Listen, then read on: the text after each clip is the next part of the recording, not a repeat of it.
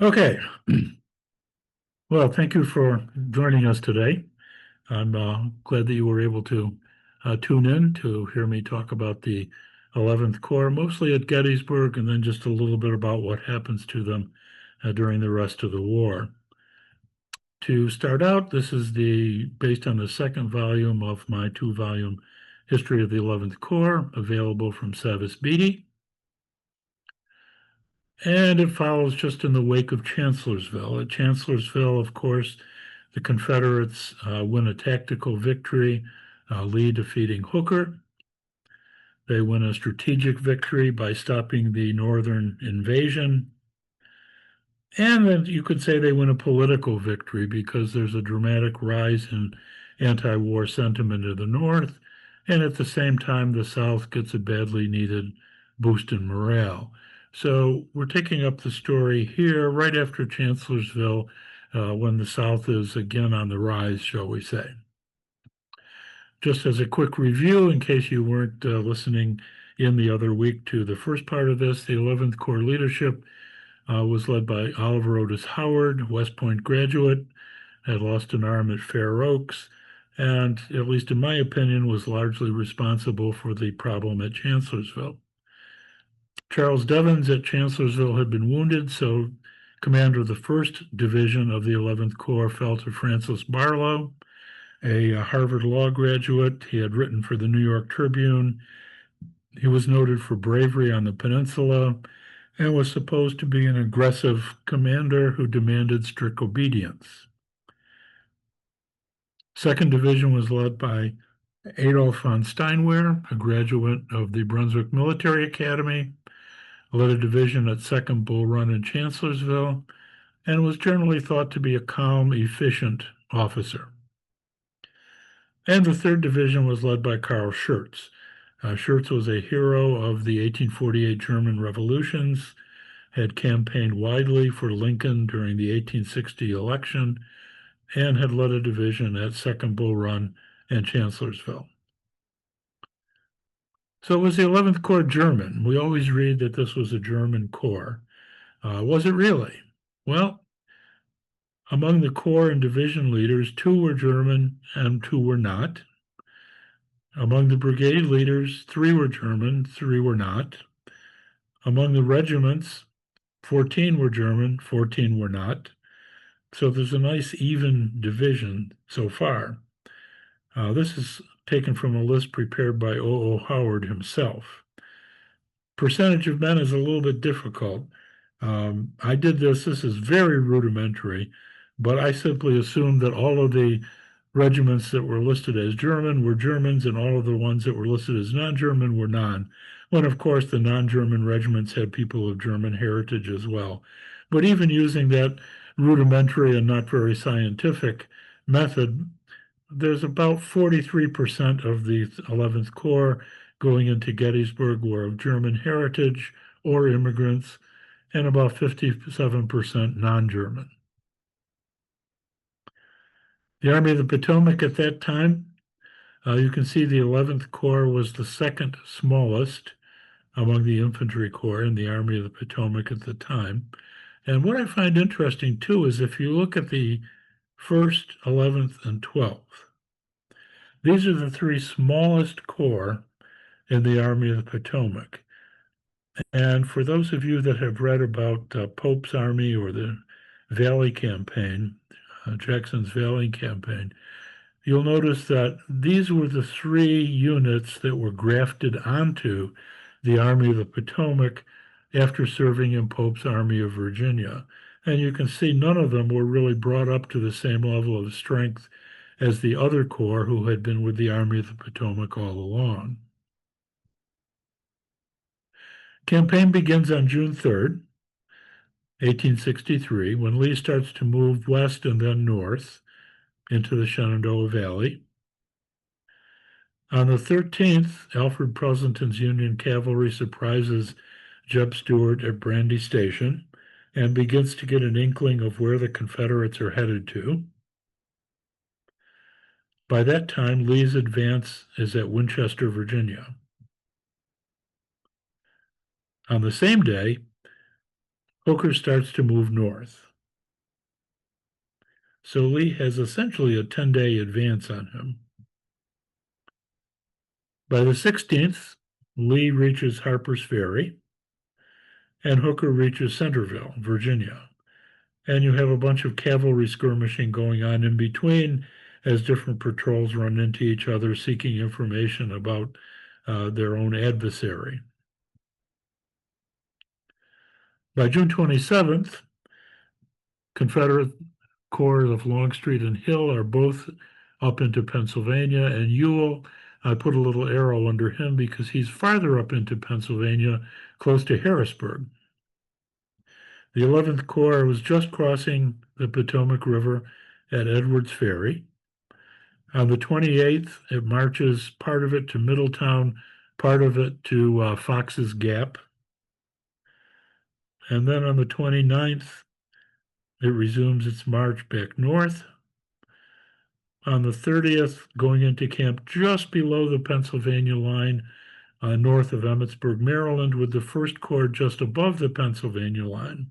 So the 1st and 11th Corps are essentially leading the Union march north.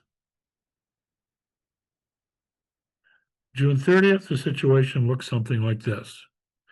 Got Gettysburg in the middle, Lee beginning to concentrate his forces, the 1st and 11th Corps here on their way to Gettysburg. So what happens here at Gettysburg? I think we need a little bit of context to understand what's going on. Early in the morning, Harry Heath's division moves toward Gettysburg. They run into John Buford's cavalry arrayed across the Chambersburg Pike. Heath takes over an hour to deploy. It takes a while to deploy infantry. It takes a little over an hour to deploy his division to move forward. They do, and they push the cavalry back, as one might expect. At this point, the beginning of the 1st Corps arrives. Wadsworth's division replaces, for the most part, Buford's cavalry stays around, but they're no longer in the front line.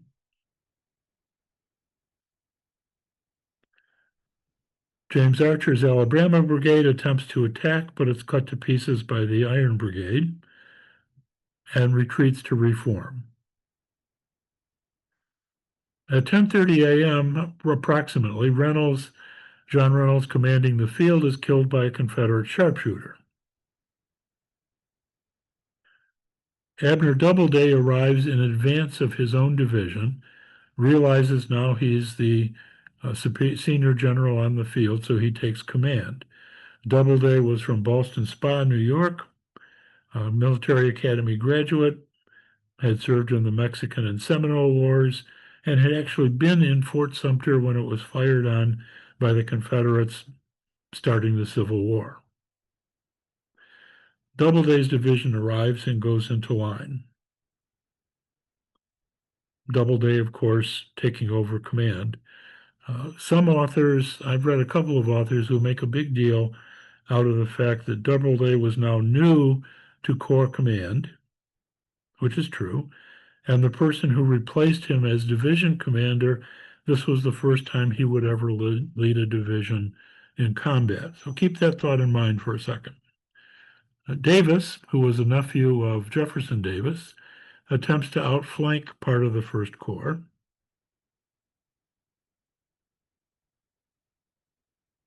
But Wadsworth refuses the flank, and this is where you have that famous engagement in the railroad cut, where a lot of the Confederates are cut off and captured.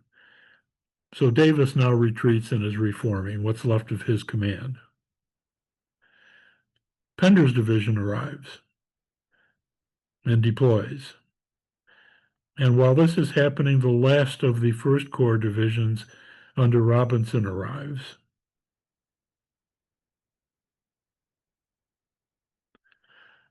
Pender advances, and now you have the Federal line back on Seminary Ridge with the Confederates approaching it.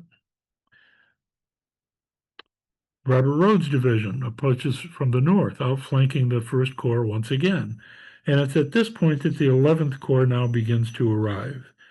The First Corps has been holding its own with high casualties, but now being outflanked on the north, this creates a really serious problem. Howard arrives, realizes he's the senior officer on the field, so he takes command of the field. This means that Carl Schurz now assumes command of the 11th Corps. And this is the first time that Schurz is ever going to command a corps in action. I mentioned that because of what other authors have written about the First Corps. Schimmelpfennig's division and Barlow's division are sent north to protect the First Corps flank. Steinwehr's division is deployed on Cemetery Hill, both as a reserve and as a fallback position in case a retreat is needed. So if we look at the northern part of the battlefield, the little red dots again are skirmishers. First on the scene is Dilger's Battery I, 1st Ohio. And they go into battery and open fire. The two following infantry regiments deploy in front as skirmishers to protect the guns. And then the 45th New York arrives along the Mummasburg Road. They deploy skirmishers and push the Confederates back. Wheeler's 13th New York Battery arrives, and then the last two infantry regiments in the leading brigade go into position behind the artillery to support it. This is the first time Schimmelpfennig will ever command a division in combat, and the first time that George von Amberg commands a brigade in combat. As they're deploying, the Confederates begin to attack the right flank of the First Corps, hoping to drive it in before the rest of the 11th Corps comes up. But of course, in doing so, what happens? They open their flank to fire from the 45th New York. And Dilger is able to use shell to fire over the Federal line and hit the Confederates as they approach the First Corps. The Confederate attempt is defeated and they retreat. Whereupon Dilger and Wheeler both concentrate on Page's battery, break it up seriously, and force it to retreat. Now, I like to use quotations from people who were actually there rather than trying to cite historians, except sometimes where I disagree with those historians. So let's take a look. Josephus Hall of the 5th Alabama wrote, "My command was under a front and enfilading fire with no support and suffering a very severe loss. Actually, his loss that day was about 66%, which I would say was severe." Colonel O'Neill, leading the Confederate brigade, wrote, "We were compelled to fall back as the regiment on the extreme left, being flanked by a superior force of the enemy, gave way."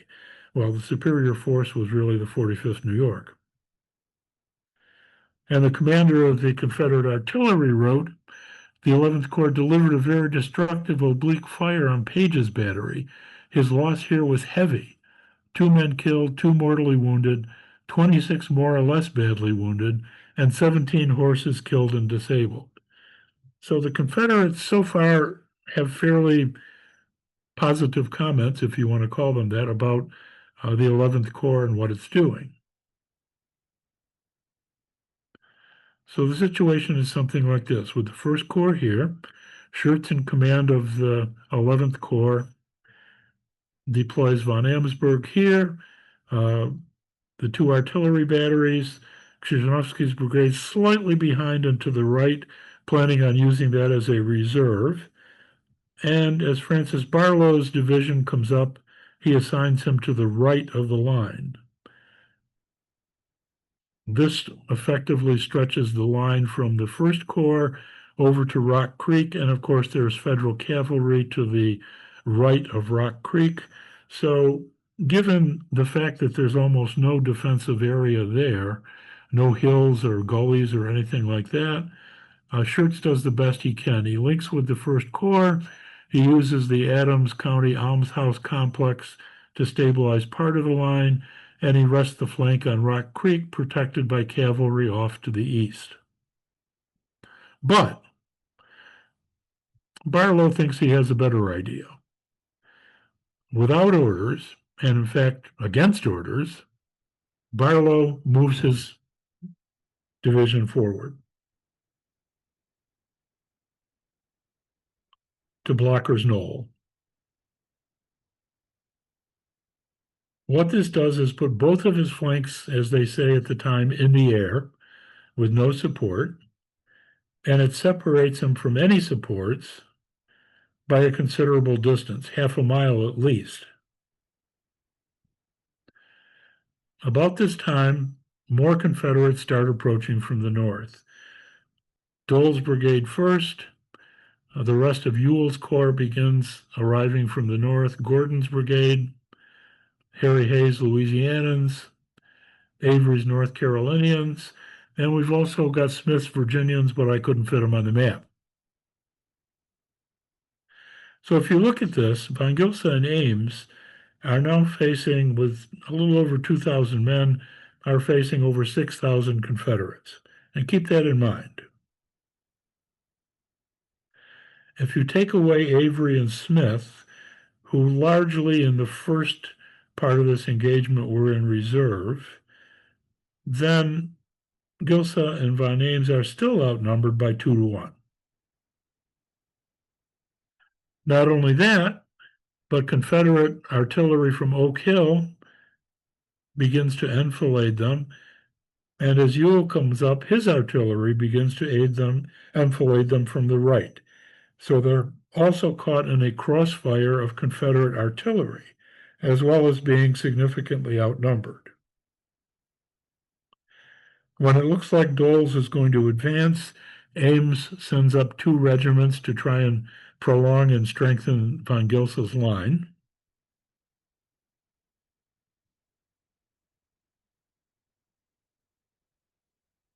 But the Confederates simply overlap that line because there are so many of them. And then Hayes adds his weight and Avery adds his. And as you can see, there's virtually no hope of holding this line. If they hold too long, the Confederates are going to get in behind them and cut them off from Gettysburg. Barlow is seriously wounded. Ames assumes command of the division, the first time he leads a division in combat, and Harris commands the brigade, the first time he does so in combat.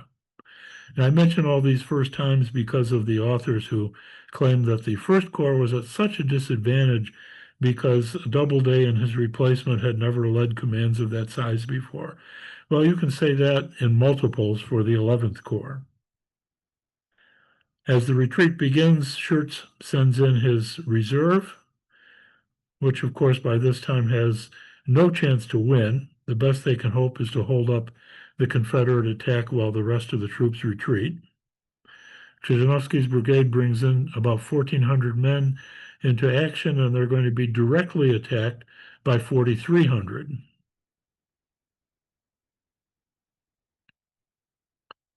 They retreat along with other federal troops back to around the Almshouse complex, where they begin to try to rally the troops. But again, you can see they're greatly outflanked on the right. They really have no chance because there are so many more Confederates in line than there are Union people. No matter how long you stretch the Union line, the Confederates have more men. They're going to be able to stretch farther. So they begin to retreat back toward Gettysburg. Is it a retreat or a rout? You know, I've read so many times about the 11th Corps being routed. Well, let's take a look at this from the Confederate standpoint. Did they think they were doing the routing or didn't they? G.W. Nichols in the 61st Georgia leading the attack. The Yankees stopped and made a desperate stand. Their officers were cheering their men and behaving like heroes and commanders of the first water. Richard Ewell, commanding the corps coming down from the north, called it an obstinate contest. Jubal Early leading the attack his division, called it a hot contest.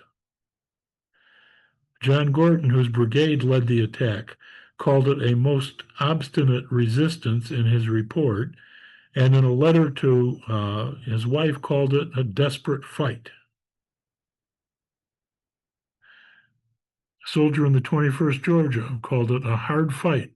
Our loss was very heavy. I think they fight harder in their own country than they do in Virginia. 57th North Carolina. I can inform you that the Army met there. It was the hardest fight I ever was in. Hayes Brigade, Chief Brigade Staff Officer William Seymour. It was a heavy fire. The musketry was very severe, and we feared Gordon would be borne back. Joseph Hilton, 26th Georgia, a stubborn fight. 6th Louisiana, a stubborn resistance. 9th Louisiana recalled the fighting was fast and furious. So I'm not sure about later historians, but the Confederates certainly thought they were in a fight. So now Howard has a dilemma. What does he do? Does he order a retreat or does he try to hold out? Clearly, the right flank is beginning to fall back. So he either has to reinforce it or he has to order a withdrawal. Well, coming on the heels of Chancellorsville, where he gets a lot of criticism, he's probably not inclined to order what might be a premature retreat. So he takes one of his two reserve brigades under Charles Custer, the first time he's going to lead a brigade in combat, and sends it north through town out to John Kuhn's brickyard. Well, he doesn't send it there, but that's as far as they get.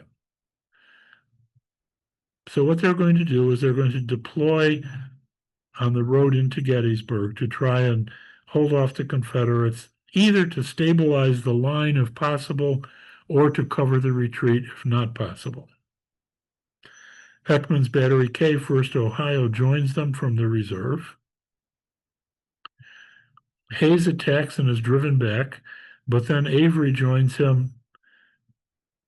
And you can see once again the Federal line is outflanked. There's not enough troops to hold it. So once again, they have to retreat back through town. While this is happening, Confederates begin attacking the flanks of the First Corps. Pender begins to outflank Doubleday's division. Doubleday, of course, is leading the corps by this time. Ramseur begins to drive a wedge between Robinson and Von Amsberg. So Doubleday orders a retreat back to Gettysburg. One division going through the open fields has no problems. The second division goes through the outskirts of town, has no serious problem. But Robinson, in order to get back to Cemetery Hill, has to go through town. When he starts retreating, this leaves Von Amsberg out there all by his lonesome. He's going to be cut off. So very wisely, he orders a retreat back into Gettysburg, and the two meet.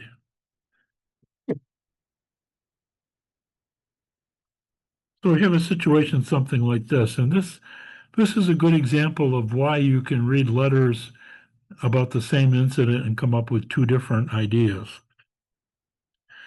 Some 11th Corps letters or diaries talk about retreating back through town with no great obstacle and getting to Cemetery Hill. Other 11th Corps letters talk about going into Gettysburg. It was a mess. There was traffic all over. There were wagons, and they were pursued by the Confederates. Well, the obvious answer is that one person is writing from the right, the other from the left. Where Von Amsberg retreated, there was considerable confusion when the two Union forces come together in the middle of the town and are almost cut off by pursuing Confederates. Where on the right, once they get into town, it's relatively easy for them to go through the village streets and arrive at Cemetery Hill. The First Corps comes in here, Von Amsberg comes in here. They meet in the middle. Pursuing Confederates are able to shoot down all of these different streets. So some of the fugitives take refuge in and around the Eagle Hotel. The senior officers, Captain Francis Ersch of the 45th New York and the 11th Corps, and they actually hold out in and around the Eagle Hotel until into the evening.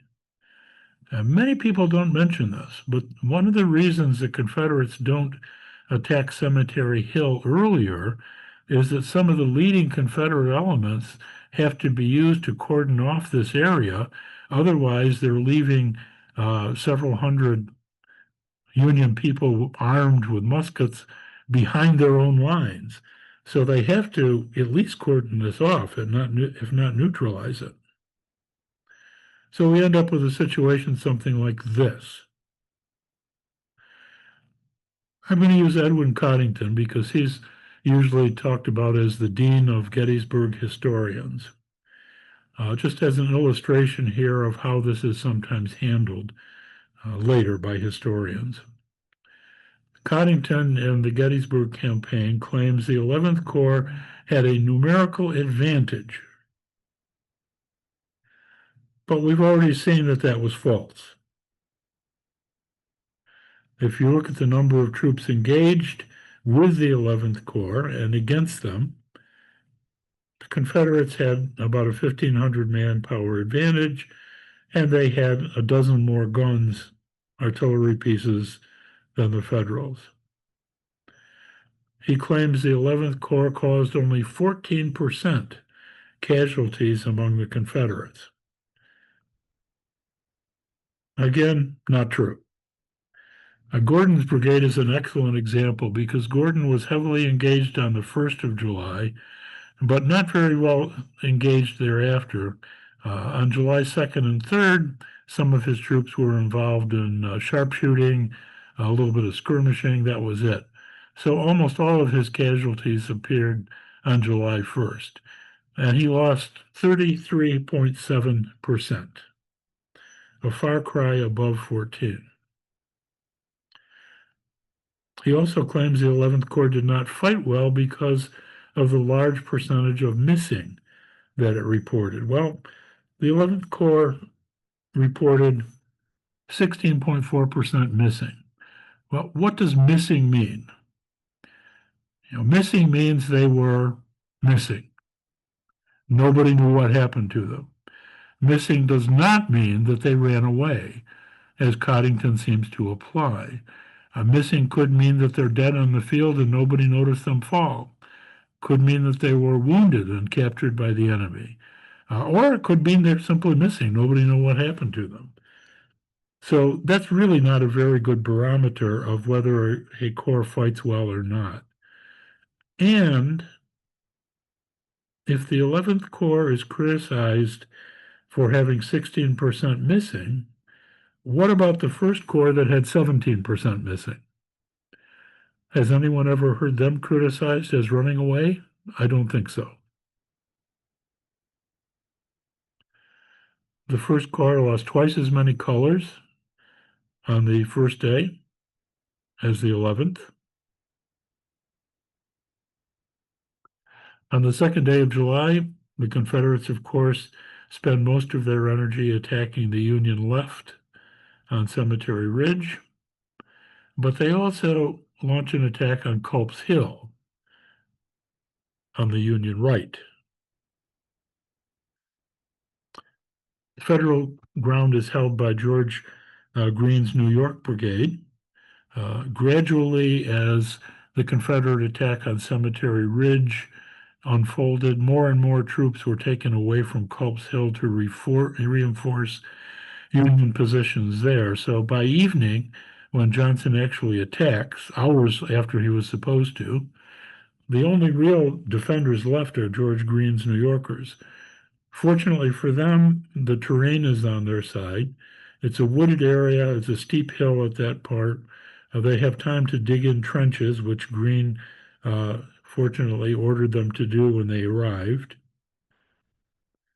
So when the Confederate attack later comes in the evening, they at least have a very good position to defend. They also get reinforcements from the 11th Corps. A brigade is sent over, and two regiments are placed on Greene's right to stop what was a Confederate flanking movement.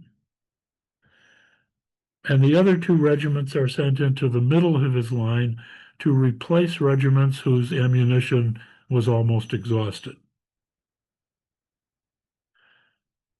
These troops were praised by Generals Slocum, Greene, and Wadsworth. For example, in Greene's report, he wrote, "These regiments rendered good service, being sent into the trenches to relieve our regiments as their ammunition was exhausted and their muskets required cleaning." Very few times do you ever hear anything about this mentioned in the defense of Culp's Hill. One of my favorite interchanges was between Lieutenant Colonel Solomon in the 82nd Illinois, a German regiment. At the end of the engagement, one of the New Yorkers came up to him and said, "If you had been here yesterday instead of that damned 11th Corps, we would not have been driven back." His response, "You are a miserable hound, sir. I and my regiment belong to that same 11th Corps you are speaking of, and we did no worth fighting yesterday." Uh, he wrote this. I'm wondering if he really used the word hound when he said it, or perhaps something else more descriptive. As the Culp's Hill attack was just winding down, two brigades from Early's division attacked Cemetery Hill. And this is kind of interesting. Historians talk about Cemetery Hill being such a strong position, but there's some things they never take into account. When the 11th Corps first arrived, the guns that were sent to the top of Cemetery Hill were 3-inch rifles. And they were sent there and they were put in position recessed from the back of the hill, or I should say from the slope of the hill. They were not intended to fire on advancing troops. They were intended to fire in support of the troops out above north of Gettysburg. So they were placed there for long distance fire, not for close in defense. Look at the ridge line here. Now, this, of course, is a modern picture, but the guns are placed roughly where the battery, Weidrich's battery, was placed on top of Cemetery Hill. And you can see if the Confederates are attacking from the background, once they get under the lip of the hill, there's no way you can even shoot at them. If you try to shoot at them by pointing the barrels of the guns down, you're going to be shooting into the ground itself. So you can't possibly use those guns to defend the position. The first time they could fire on troops is when they come up over the top of the ridge, just a few feet from where the guns actually are. If you look from the top of Cemetery Hill down to where the Union line was, the Union troops were behind this fence. And this is not the kind of fence like you find at Fredericksburg. This is simply a fence because farmers on both sides took the rocks out of their field and piled them up along the boundary line. It's not very high. It's not very stable because it's not a fence that was designed to withhold anything. I actually counted it, and there are no more than 4 rocks high at any place. It's about 2.5, sometimes 3 feet high, and that's it. And if you look at this horse in the background, for example, even though the horse is in the background, you can see it still looks like it's higher than the fence in the front. And if you look farther out, what do you see? You see a rounded hill, right? You get out past that big tree sticking up in the middle, there's a row of smaller trees, and beyond that, the ground drops off. So if Confederates are attacking from the vicinity of Gettysburg, they're going to be covered by that ridge until they get up where that big tree is. Once they get up where that big tree and attack, you have an opportunity as a defender to fire once. Before you can reload, they're going to be on top of you. So, despite the fact that there's a big hill and there's rock fences, this is not exactly the Gibraltar of Gettysburg. Union defenders numbered 1,150, Confederate attackers 2,100. Ames was expected to cover about 600 yards of front. If he stretched out all of his available manpower, he'd have less than 2 men per yard with no reserve. There was no division reserve since von Amsberg had been dispatched to aid Greene's defense of Culp's Hill and had not yet returned. The only reserve available at all to the Corps was Colonel Krzyżanowski with 2 regiments of New Yorkers back in the Evergreen Cemetery, a total, counting both regiments, of less than 400 men.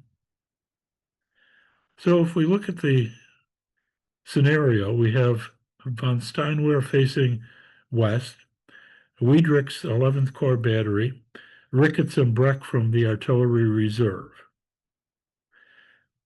Harris's brigade is here. Von Gilsa's here. They were so short of men that they actually borrowed the 33rd Massachusetts from von Steinwehr and stuck it over here. And you had Whittier's battery from the 1st Corps over here. And behind the lines, Krzyżanowski's reserve. They're going to be attacked by Harry Hayes' Louisianans and by Isaac Avery's North Carolinians. Now, an interesting thing happens. Harris notices that there's a small gap on the right of the 75th Ohio. So he sends an order to the 17th Connecticut, Colonel Brady, I believe his name was, to fill that gap. Now, what the order apparently was verbal. So what actually was said, we really don't know. I suspect what he probably meant, since the 17th Connecticut was a relatively large regiment, what he probably meant was to take some of your men and fill that gap. But instead, Brady interprets it that the regiment is to move. So he moves the whole regiment over there, which of course only opens up an even bigger gap where he leaves. And as the luck of the 11th Corps would have it, that's exactly when Hayes advances. They drive through that hole. The 107th and 25th Ohio rally back on Wiedrich's guns. 2 of Hayes's regiments are stopped cold. Whittier's guns now can fire into the flank of Avery's North Carolinians. So as they advance, the closer they get to the federal line, the more they start to shift toward the left of the screen, toward their right, to avoid the artillery fire. The 6th North Carolina is stopped. The other 2 regiments just happen to hit the 2 weakest regiments in the entire line and break through and enter into a fight in Ricketts' battery. Krzyżanowski leads the reserve up, and they push the Louisianans back out of the guns. Confederate Major Tate, who led the assault, the North Carolina portion of the assault, wrote, "The enemy stood with a tenacity never before displayed by them."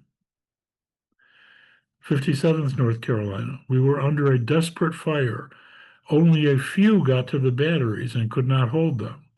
There was harder fighting today than ever I knew of before." Charles Wainwright in the 1st Union Corps, who had been a big critic of the 11th Corps prior, wrote after the engagement that, specifically about the Germans, that they fought splendidly, sticking to their guns and finally driving the rebels out. The Germans have got fight in them. How have historians looked at this? I'm not going to use any names. I don't want to embarrass anybody. One of them said that 2 brigades were decisively beaten by 2 brigades under Harry Hayes and Isaac Avery. This despite the fact that the Federals had more than 24 hours of rest and fortify their position, were fighting on the defensive and supporting artillery, and had the advantage of terrain. Well, they did not have 24 hours to rest. They were in combat the entire previous day. They did not have time to fortify their position, aside from some lunettes dug up around the artillery pieces. They hadn't had time to fortify anything. Supporting artillery, no, they didn't have any. As I already pointed out, the artillery was positioned for long distance fire, not close in defense. And they didn't really have the advantage of terrain, at least not as much as writers make out. Another historian wrote the Confederates fought their way up and over stone walls and abatis, lunettes, and other earthworks and defeated them, capturing numerous artillery pieces in the process. Well, there was no abatis anywhere. There were no other earthworks anywhere, and they didn't capture anything. I say they didn't capture anything. Well, first of all, I looked at Confederate records. I read Confederate reports so that there would hopefully be no bias. And if you look at the Confederates' reported losses and the size of the force they had to begin with, the Confederates lost over 1/3 of their entire attacking force. Second, they did not capture a single gun. The 11th Corps had every single artillery piece after the battle that they did before. They did not capture a single inch of ground. They were driven back. And again, if you look at Confederate records and Confederate estimates, it looks like from the numbers they give, only less than 5% of the Confederates actually penetrated far enough to get into the Union guns to begin with. So this was not a major Confederate defeat of the 11th Corps by any stretch of the imagination. On July 3rd, 11th Corps artillery on Cemetery Hill was able to fire on Pickett's charge. As the charge began, one of the batteries, the 13th New York, was sent in to replace one of the federal batteries right around the copse of trees that had run out of ammunition. We hear a lot about the Vermont Brigade enfilading the Confederate right, but you also had two regiments from the 11th Corps enfilading the Confederate left that you almost never hear about. So, if we look at the results, the 11th Corps had the second highest percentage of loss after the first. If you look at the divisions that lost the most, the 1st Corps had the first two divisions, the 11th Corps the second. So of the four divisions with the highest losses in the entire Army, two of them were the 11th Corps. If you look at regimental losses, three of the top six were in the 11th Corps. So they certainly did some fighting along the way. July 1st, they marched over 13 miles in 4.5 hours through rain, sun, and humidity to prevent the 1st Corps from being flanked.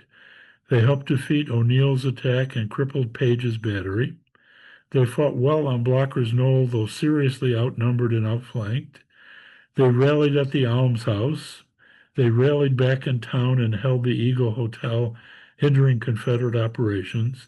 And then they rallied again on Cemetery Hill and held that key position. On July 2, Weidrich's battery helped to decimate Latimer's Confederate artillery battery on Benner Hill. I didn't talk about that. The Corps held firm under a lengthy bombardment. It provided material aid to the 12th Corps on Culp's Hill and held Cemetery Hill against the Confederate assault. On July 3rd, they again held firm during the pre-Pickett's charge bombardment by Confederate artillery. Major Osborne, the artillery chief for the 11th Corps, was the person responsible for sighting the guns on Pickett's charge from the top of Cemetery Hill. Wheeler's battery was sent to reinforce the Cemetery Ridge position, and two of the regiments fired into the flank of the assault. Franz Urch was awarded the Medal of Honor. He not only led the skirmishers that drove the Confederates back on the first day, but also commanded the position around the Eagle Hotel. Charles Stacy went out under fire to retrieve a wounded comrade and bring him back to safety and was awarded. You can see him wearing his Medal of Honor here. And Richard Enderlein did exactly the same thing, went out under fire to retrieve a wounded comrade and bring him back for help. And the wounded comrade he rescued turned out to be the grandfather of Richard Nixon. Following Gettysburg, the 11th and 12th Corps were sent west to relieve the siege of Chattanooga.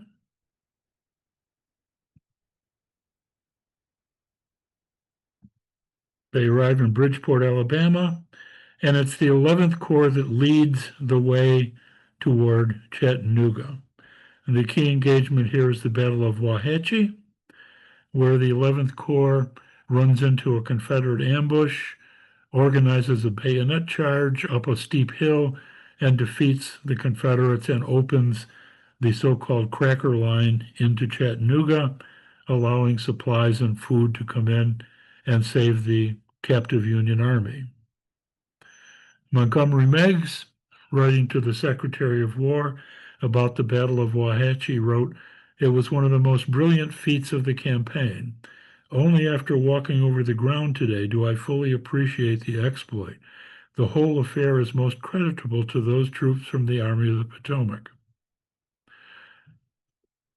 William T. Sherman wrote in a personal letter to Howard, commanding the 11th Corps, "I have deemed it my duty to express to General Grant and others in whom I confide not only the satisfaction but great pleasure I experienced in being associated with you in our late short but most fruitful campaign.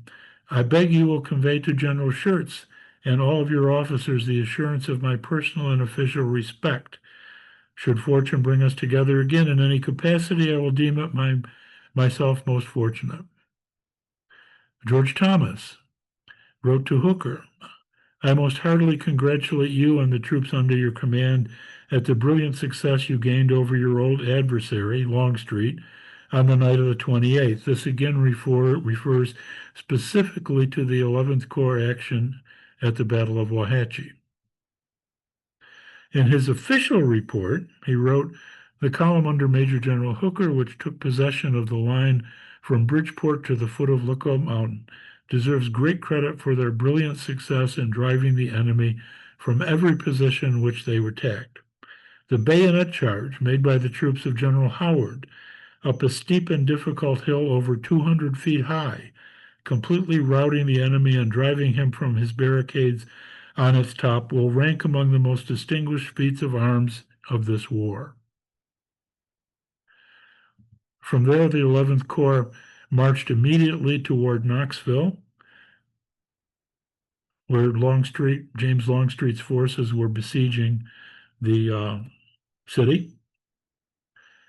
And as they approached, Longstreet decided discretion was the better part of valor and retreated east across Virginia. So their rapid march toward Knoxville helped to relieve the siege of Knoxville. Sherman wrote, "The general commanding hereby thanks all officers and men for the promptness with which all orders were obeyed, more especially for the cheerfulness exhibited under privations of the severest kind, without tents, without rations, with insufficient clothing, almost without shoes in midwinter. This army sprang with a generous impulse and marched to Knoxville, a distance of 120 miles, over the worst of roads, and relieved from danger 12,000 of our fellow soldiers besieged by a dangerous enemy." Following Chattanooga, the 11th and 12th Corps were consolidated under Joe Hooker into three divisions under Alpheus Williams, John Geary, and Dan Butterfield. And the 20th Corps not only took part in Sherman's march to Atlanta, but the 20th Corps, made up at least in half by the 11th Corps, former 11th Corps people, the 20th Corps was really the spearhead of Sherman's march toward Atlanta and did much more than its share of the fighting along the way. From there, They participated in the March to the Sea.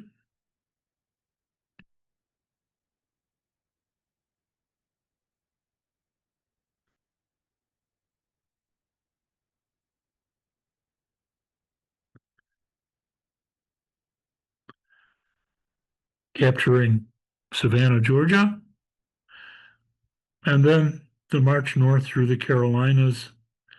They were did not participate in the burning of Columbia, but they were present when it happened. They did participate in the Battle of Aversboro and Bentonville, and then were present at Joseph Johnston's surrender on April 26th. In his famous regimental losses in the American Civil War, Fox noted that 6 of the 11th Corps regiments were listed among his 300 fightingest regiments. 21 had lost over 100 killed during the war. 10 had lost over 200.